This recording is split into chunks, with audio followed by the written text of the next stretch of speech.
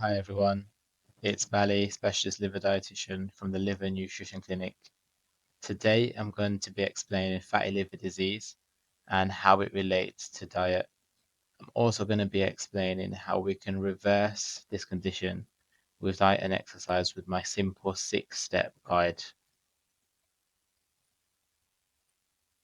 Right guys, so before we start, the information in this video, I've tried to make it as simple as possible. But if you still seem to find it a little bit confusing, it's likely that you'll need some support from a qualified dietitian or nutritionist to help you set up your diet properly. Not everyone can do it by themselves, and that's okay. If you need support and you need help, reach out.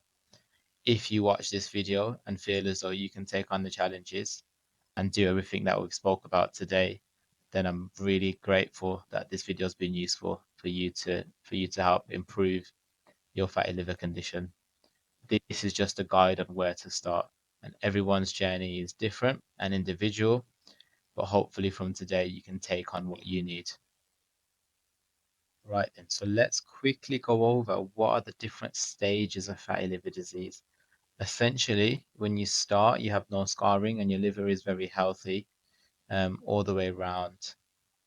When you go for an ultrasound or fibroscan, they might pick up a bit of mild fibrosis.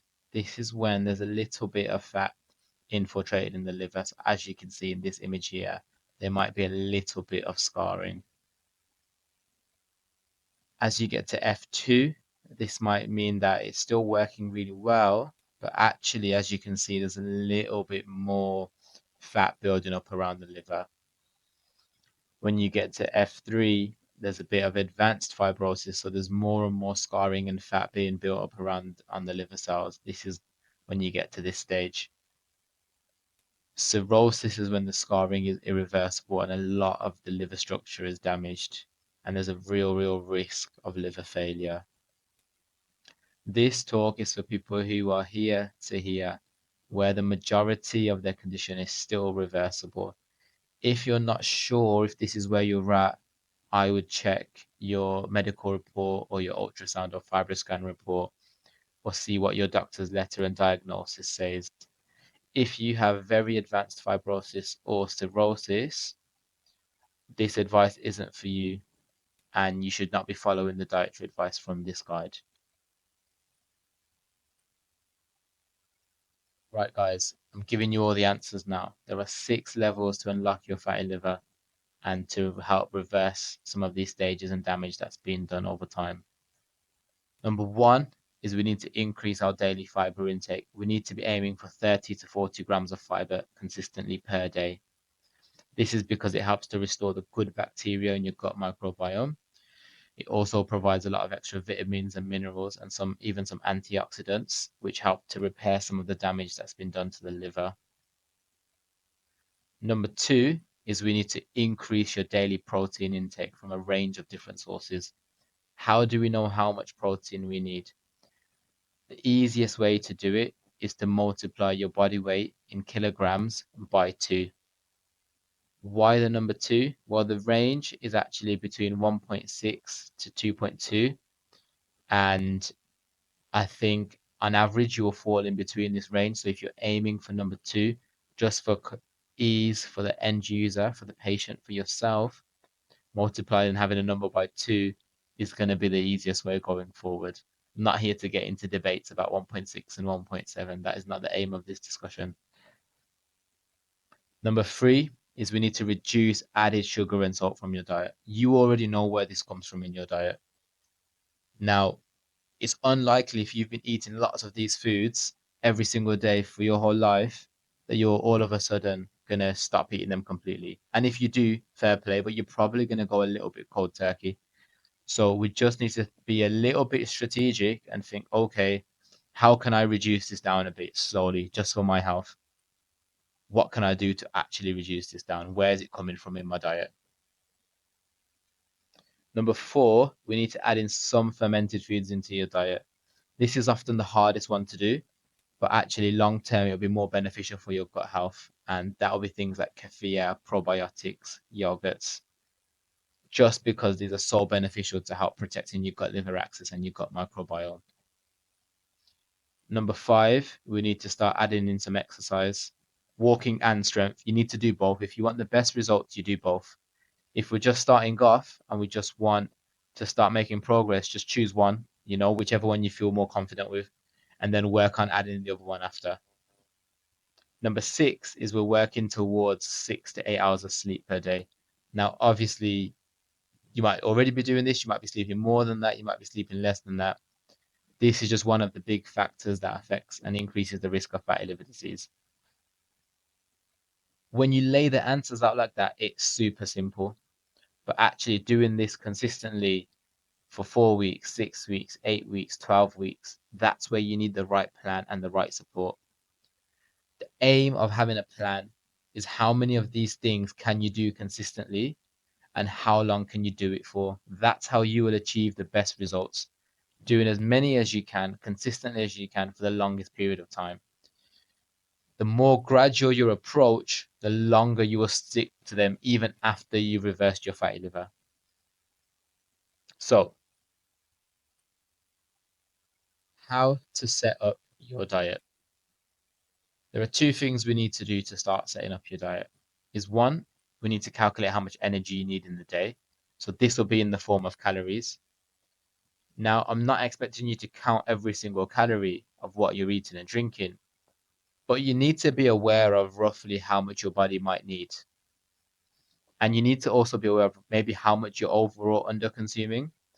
So it's nice, even if it's for 1 or 2 weeks, to keep a small track or do a mini audit of what you're currently doing.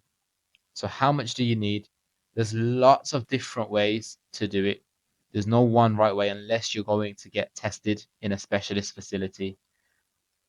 The easiest way to do it, if you've got fatty liver disease and you are overweight, is to do 25 times by your ideal body weight in kilograms.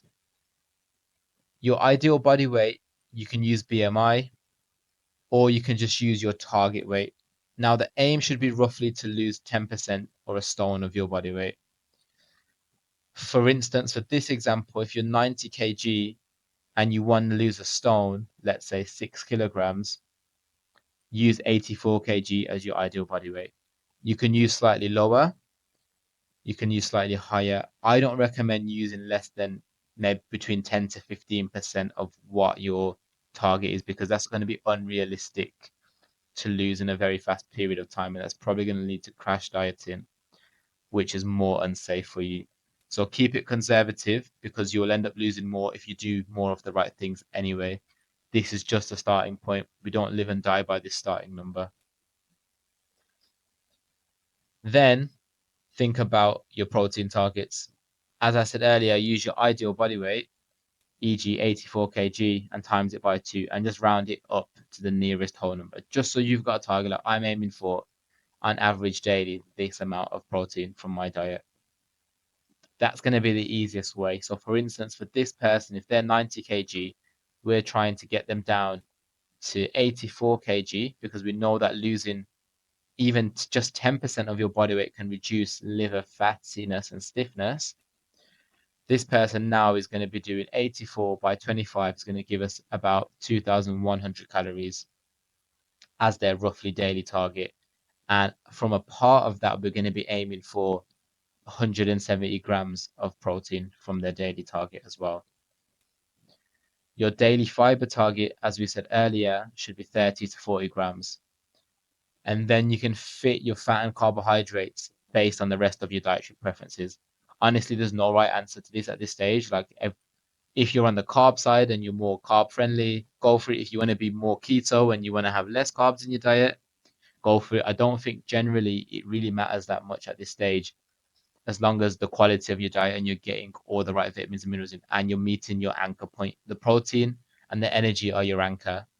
You're close to those anchor points, then your fiber is going to give you the right amount of vitamins and minerals for your body to succeed longest term, keep your bowel healthy. Then the rest of it is nuance and preference because it will range day to day. All right. So if anybody's trying to sell you an extreme, don't get sucked into it, is what I would say at this point. The next thing you need to do is maybe for 1 week or 3 days, audit your current diet and exercise. So what does that mean? Just for 3 days, keep a rough track in a log or a journal of what you're eating and drinking, how much you're exercising, how many steps you're doing. It doesn't need to be complicated, but it's good to have a baseline of what you're doing at the moment. Because obviously, what you're doing at this point isn't serving its purpose. So you're here to make a change and do something different, aren't you? So now we need to think about, okay, where am I at right now? What am I doing wrong? And then what's going to be the most important priority for me to focus on first? Because you're never going to go from 0 to 100 and overhaul your diet very fast, very quickly. It's going to take a little bit of work and effort and time. This is where often people get understuck and find it more challenging and difficult to solve. Are you eating well under your target calories? Are you eating well under your protein target? Are you getting enough fiber? So these are your three anchor points, remember. So use them and just track them if that's what you need to do. And then fourthly, how many steps are you getting on average? This is just a general gauge of what your current activity levels are. If you're even doing any physical activity at this point as well. If you can get a gauge of what your anchor points are here, how much of these you're doing and how far off you are, the next step is easy. Because if you're having 0 grams of fiber a day, all we need to do now is just get to 10 grams of fiber, then get to 15, and then get to 20 and build it up. Same with protein. If you're only having 50 grams of protein a day, what's going to be the best approach for you to get it up to that target? If you're massively under eating, then what are we going to do to get you back to close to maintenance for a little while? And if you're massively overeating, where are we going to reduce and swap down? Ifs, buts, and maybes, I call these the excuses, but they're not really excuses. They're just what you need to consider in terms of what you found from your audit. So I've done my audit, I've tracked my diet now for 3 days. Now, if I found that my target was 2,100 calories, but actually I've been starving myself and I've only been having 1,000 or 1,200 calories per day, the first thing I need to do is I need to increase the amount of food and energy I'm eating. The easiest way to do this is by adding in extra protein foods and portions at breakfast, lunch, and dinner, because I'm going to increase my calories, but I'm going to substantially increase my protein intake at the same time as well. The reason for that is because if you chronically undereat in liver disease, you actually make your liver disease worse. And that's the key message there is if you're not eating enough or you're undereating in liver disease, you make the liver disease worse and you can make your outcomes and prognosis a lot worse as well because of the effects it has on your resting metabolic rate, but also the effects it has on your muscle mass and your energy levels, your vitamin and mineral levels as well. All these things compound because actually you're putting more pressure on your liver when you're starving it for long periods of time. If you're eating enough or overeating, now we need to think, okay, what can I swap or reduce for other foods that are higher in protein and in fiber? Okay. Hopefully from this message, you're getting the three key anchor points from this talk is going to be energy, protein, and fiber, and anchoring the three to meet your daily needs. Right. So we've audited our diet. We've now established if we are overeating or undereating, if we're close to getting enough protein or we're really far off, or if we're close to getting enough fiber or we're really far off. Now we're going to be a little bit strategic and think about, okay, how can I roughly plan my week out without it being too mentally draining? How can I enjoy a wide range of foods but still improve my health? This is where the sticky points come in. But there's an easy way, and there always is an easy way. It's just setting up the right systems to support that. Time to eat. The best way that I found that works well with people, especially those who are time conscious and kind of you don't really change your diet that much, is to create 4 options or combinations of meals so you don't get bored and then put them on autopilot, rinse and repeat. Let's go through this. An easy takeaway for breakfast and staple is oats in the morning. Now you can make your porridge in lots of different ways. So let's think about 4 different ways we could make porridge. Number one, so the base is going to be oats. The portion size is going to be between 30 to 40 grams, which is a standard portion size, even in a sachet.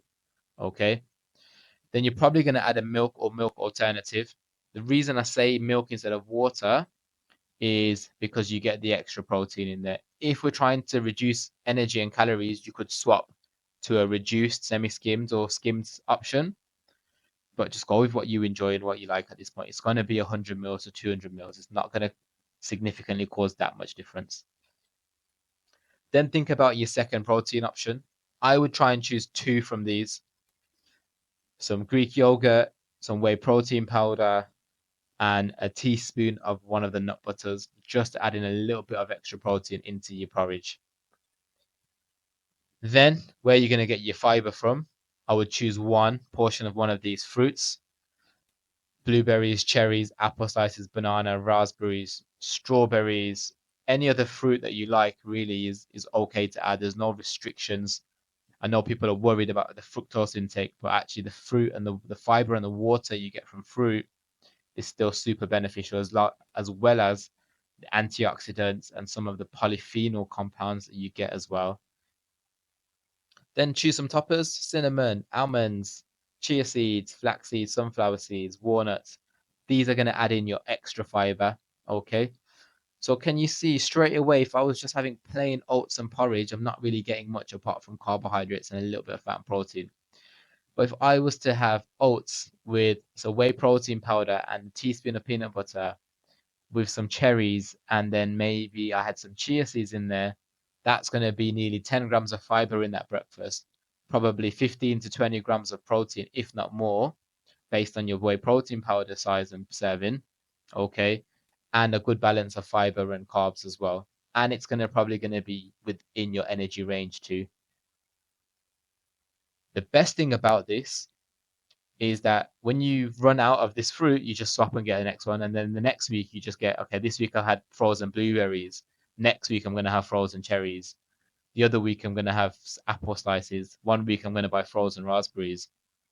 And then you can rinse and repeat, and you're never really going to get bored as well. So it's an easy win, and it's not complicated. You can even print this out and put it on your fridge, just so you remember, like, okay, I just need to have one of each of these, a small bit of each, and I've got a really balanced breakfast there. The same thing goes for the next one I'm going to talk about. So eggs. Eggs are a great breakfast, and if you want to have eggs every single day, then that's great as well. If that's what you prefer and that's what you enjoy. But you don't need to have the eggs the same. So your base in this instance is just going to be eggs. So simple. Then you're going to decide how you cook it. You're going to make an omelette. You're going to boil them. You're going to poach them, or you're going to scramble them. Easy win. I haven't put fried on there just because having a lot of fried oil, I think is very calorific and energy driven. And I'm not a big fan of having too many fried eggs. Your preference. I've not put it on there. Then add in some fiber. If I'm having an omelette, I can put a couple of these into my omelette. If I'm having boiled egg, I might just saute some on the side. If I'm having poaches, I might have them on the side. And if I'm having scrambled, I might mix them all in. I would choose two of these just so you get a range of different vitamins and minerals as well. Then some extras. Some days you might want some beans. You might have some chicken sausages on the side, or you might have some sourdough bread. I don't know what you eat, but what I'm saying is you can have this meal, have your three eggs, and just by making some small changes or adding in a few different things, you've made it a much more balanced meal. You've increased the protein, you've increased the fiber, and you've increased the amount of vitamins, minerals in there as well. Really simple. Now we're going to do the same approach for lunch and dinner with our different meals at lunch and dinner as well. Right, lunch four ways. Choose your base: wholemeal wrap, rye bread, baked potato. Naked, you might not have nothing at all. Protein sources, big list, choose two: tofu, cheese, tempeh, seitan, corn, egg, paneer, beans. They're just your veggie proteins. Ham, beef, chicken, fish, whatever you fancy, add it in. Then get some fiber in there: beetroot, peppers, cucumber, lettuce, carrots, sweet corn.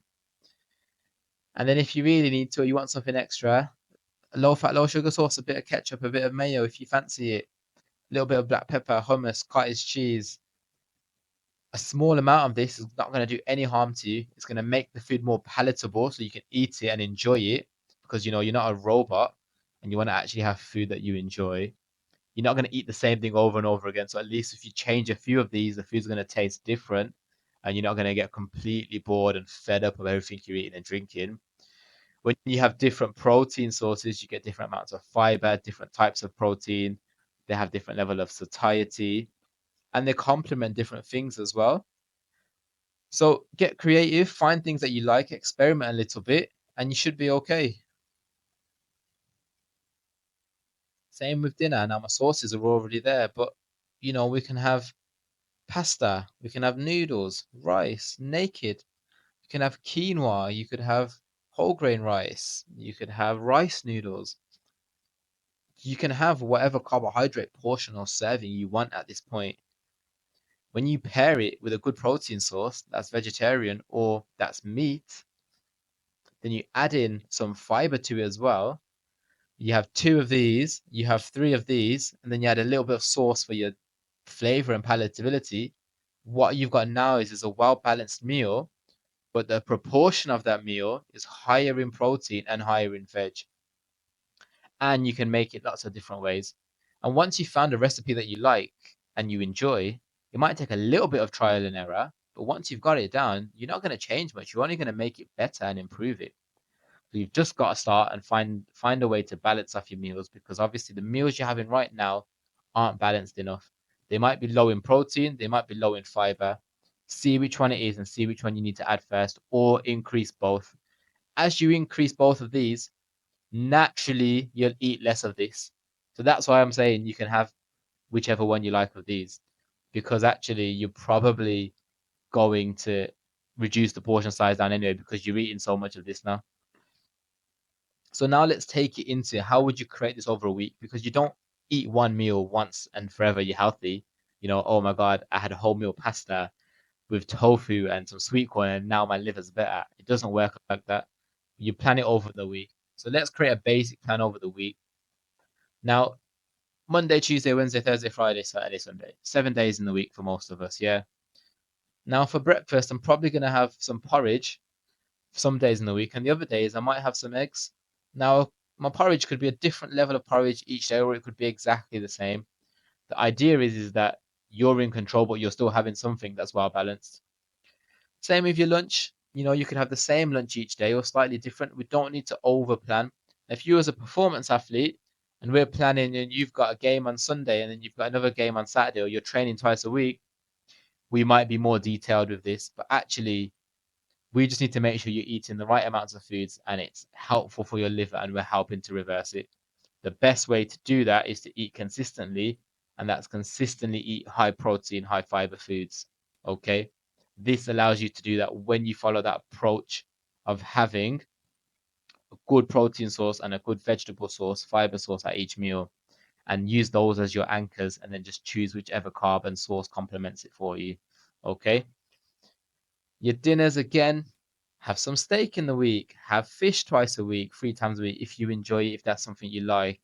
If you don't, have more tofu, have more tempeh, have chickpeas, kidney beans, lentils. The more different foods you can add in over time, the better it is for your sanity. So you don't go insane eating the same food like cardboard every day. Okay. But also you're more likely to stick to it because actually you realize it's not about a strict diet plan. It's about flexible dieting over time to improve and remove some of that fatty liver. Okay. Now we've done that for a week. Oh my God, I've had a great week. Well done. You've done a great job. Excellent. But now we need to think, okay, over a month, how does it look? Am I being consistent? Can I keep doing it? Can I keep doing it? Now, I've added some things in red there. Those red things, I had a bit of chocolate Thursday, week 1. Had a pizza Friday, week 2.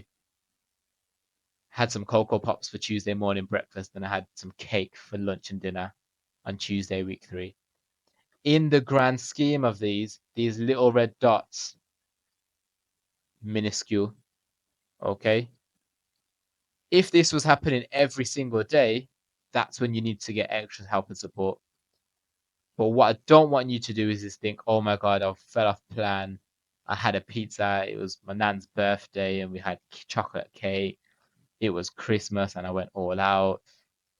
In the grand scheme of things, it's probably going to have little impact. because actually when you zoom out, this is just over a month.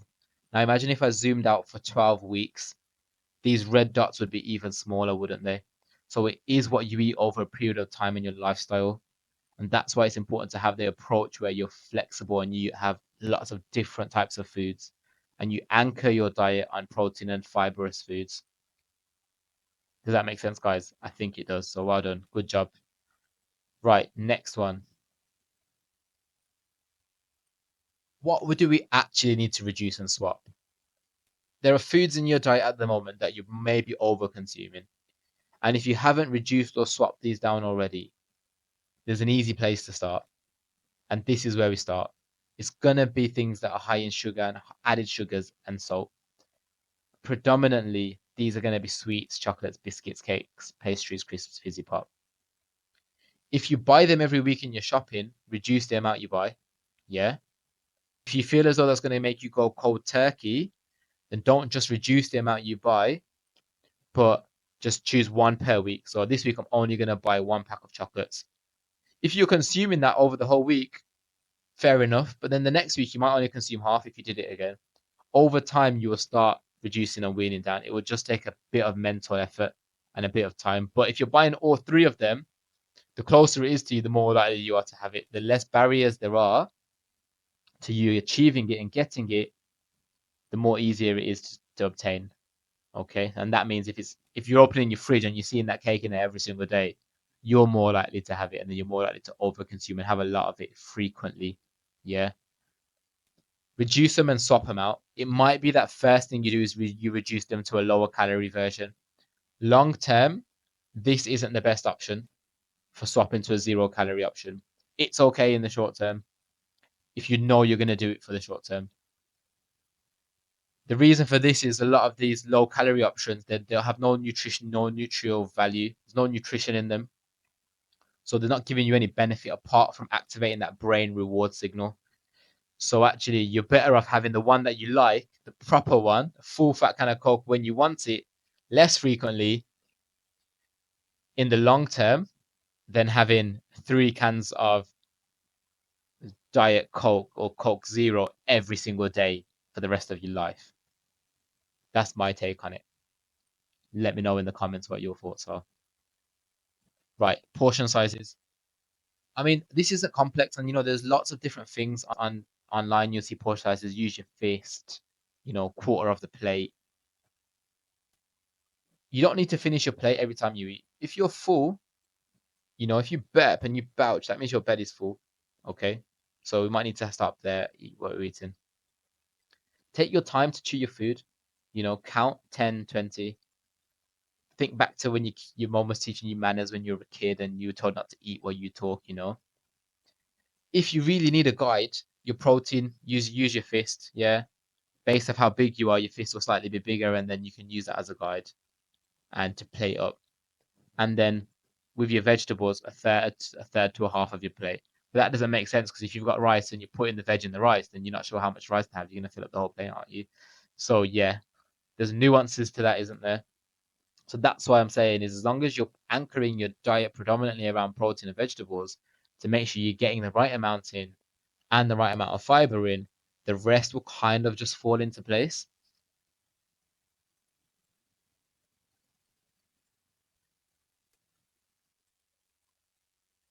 But I don't like the food. Yeah, I know. You're gonna probably try foods you don't like or eat more of foods that you're not used to eating. That's the whole point of the change. You're here because we need to do something different. You're watching this video because you need to try and do something different at this point. Okay. It takes 10 to 15 exposures to start to like a food, maybe even more for some people. So that might be you try one version of something once a day for 2 weeks, or you try it twice a week for 4 weeks to get to that level. And you try it in different formats. You might have, let's say you don't like, I don't know, you don't like cherries, but you really want to add them into your porridge in the morning. You might try a cherry on its own once a week. Then the next week you might try frozen cherry. Um, then the week after that you might try a cherry smoothie of some sort. The week after that, you might try the cherry paired with something else. Okay, so doing it with different things makes a difference to how your body can interpret it, and over time, you may start to like the food as well as you start to build it into new meals. Dislikes can turn into likes very easily. Think about what you didn't like as a kid. The same process as an adult. Once you start eating it and drinking it more and you get used to it, you'll probably start to learn to like it because your body will realize, oh, whoa, this is really good for me. And the extras. Now you're all waiting for this, okay? Time restricted eating, intermittent fasting. Does it work? Yes, it does work. Very useful tool. I think it's better for people who struggle with late night snacking and emotional eating and binge eating because it gives them rules, 6 o'clock, don't eat again after 6 p.m. Issue with liver disease is if you get it wrong and you don't do it right and you starve yourself and not eat enough of the right stuff, it will make your liver worse. You'll become more malnourished, okay? And you will start to lose your muscle mass, and that will put more stress on your liver. And actually, you'll have a worsened quality of life, okay? If you're going to do this approach, I would do it with a professional and at least audit your diet multiple times to make sure you're meeting your needs because you're still going to need to meet on the days you're not intermittently fasting your fiber and protein needs, and the days and if you're doing time restricted eating, which I think is great as well, you're still eating a certain amount in the day at the right times because actually it's still really important. And it's okay if you eat later, if you eat at 7 p.m. or 10 p.m. one day. Sometimes life gets in the way, you're human. So it's important that you're not too rigid with these rules. But maybe Monday to Friday or Friday to Sunday, if you really struggle with eating takeaways and you always want to get takeaway on a Saturday night, or you always go out, you might be like, okay, on Saturdays I do time restricted eating and I eat breakfast, lunch, dinner. And then when I'm out with my friends, I say, "Nah, guys, I'm not eating after 7 p.m. today because I know I end up overeating and binge eating. So I'm trying to avoid doing that." Okay. It's easy to get wrong. It's easy to worsen your liver with this if you don't do it right. Yeah. The worst mistake I see people do with this is what they do is they just eat what they want in the day and they say, I'm not eating after 7. Rinse and repeat. You're not changing anything. You might get some acute results because you're in a calorie deficit in the first 4 weeks. Long term, you're going to end up where you started. Okay. The quality and quantity matters with your diet. There's no there's no crash dieting and shortcuts to success. You might get lucky and you might have a fast start when you start your journey faster than somebody else, but you may have a slow start and you may have to work a little bit harder. Everyone's journey is a little bit different, okay? And different things work for different people. And there are a lot of nuances to diet, but it's very easy to get wrong. And actually, in liver disease, I've seen it where people have starved themselves and ended up making their liver much worse. And it's harder to treat malnutrition when you've got fatty liver disease because we actually have to give you a lot of energy and calories to sustain your liver. It's very, very difficult. Supplements. Now, because I'm not sure how people will take this, I'm not going to go into too much detail about supplements. And if you want me to go into detail about some, just drop it in the comments or send us a message and I'll do a review on them because I think you can get everything you need from your diet and you only really need to supplement if you're genuinely struggling or deficient. You can take supplements to augment if you think it's going to have a beneficial effect on top of what the recommended guidelines are. There's no evidence for any of these. It's all anecdotal. Different things work for different people. Omega 3s, creatine, whey protein, curcumin, um, coenzyme Q10, whichever of ashwagandha, whichever one you want to say. And anyone tells you there's lots of great evidence, there really isn't. It's just anecdotal and it's very nuanced. It does help some people, and if that's placebo, okay, or if it's genuinely improving their liver stiffness, irrespective of what else they're doing, fair enough. But there's no magic cure here. Even milk thistle, the evidence is pretty rubbish, and a lot of the evidence that shows it's worked is funded by, you know, big pharma guys. Can't pick and choose when big pharma's funding the supplement studies, okay, if it suits your narrative. So if you need it and if you feel as though you need to take it, work with your dietitian, take the right dose and from a reputable brand. Because if you've got a bad liver and you take the wrong herbal supplement, it'll probably give you a drug-induced liver injury. Okay, so be careful wherever you are in the world. Supplements aren't tested everywhere, and I use supplements and I recommend them to my clients. I just think it's not a blanket approach. It's very individualized. Okay, because everybody's body's different, and it's good to get a blood test done. And what are your bowel habits? Are you having any gastro side effects? Okay, all these things are nuanced and important as well. Exercise. I'm going to briefly touch on exercise, but I'll do another video on this. But wherever you are, you need to start and increasing it. Okay, walking and strength exercising. Start doing short works after your meals. That is the easiest win. Okay, 10 to 15 minutes. Easiest way to build a habit when you time it with something else. You know you're going to eat. So if you time the exercise with your eating, you're more likely to build it into a good habit. If you're doing 2K steps a day, don't try and do 20K steps. Okay, do 2K the next day. Try to do 2,200, 2,500. Average that for a week. Do 2,500 steps for a week, and then right next week I'm going to aim to do 3,000 and build it up slowly. Okay, makes it easier to maintain long term. If you can't get to the gym, you don't have a personal trainer, you're not working with a dietitian who's giving you exercise advice. Just practice sit to stands at home. Practice some wall push-ups. Don't complicate it. 3 sets to 10, or even failure or fatigue. Just to, if you can do it, make it harder so you can't do it anymore, and then just work at that level. Don't overcomplicate it.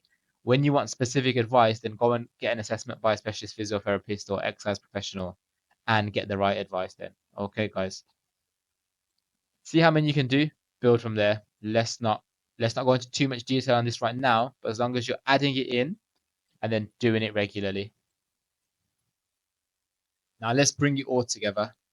With fatty liver, reversal is all about compounding. Okay. Imagine each change you make has a 1% improvement per day, literally. If you do it in isolation, oh, I had 30 grams of fiber, that's probably going to have maybe a good impact. But then if you're not doing anything else and you're still eating all the other foods, might not have as much of an effect. But as you layer it and you do more, you unlock more levels, the rate of your results will go up higher and higher and higher and much, much faster. And that's what you're aiming for. Okay. It's like when you want to make your first 10K in money, that first 1K is the hardest. Then you're only 10X in a K, and then rinse and repeat. And that compounding effect is what's going to have the biggest impact. Okay. So let's bring it back together. What are the 6 levels to unlock your fatty liver? And we've just done it today, and how you can achieve it, and set up a simple guide without overcomplicating it as well. You're going to increase your daily fiber intake to 30 to 40 grams. You're going to increase your daily protein intake to 2 grams per kilogram body weight. You're going to reduce the added sugar and salt from your diet. You're going to add in the fermented foods into your diet. You're going to exercise, doing a bit of walking and a little bit of strength. And you're going to try and sleep 6 to 8 hours a day. I haven't talked too much about sleep, but turn your phone off, get a sleep mask. You know what to do, guys. How many of these can you do consistently, and how long for? That's what will determine how successful you are and how you get the results. Okay. If you feel as though you can do this yourself and build up slowly using yourself and ChatGPT, go for it. If this sounds complex and you don't know where to start, just ask for help. Even if you get one consultation to understand where you're at, and then that will guide you from there. Okay. Because actually, the worst thing you can do is do nothing, because you don't want your liver to get worse. Okay, guys. How many levels can you unlock?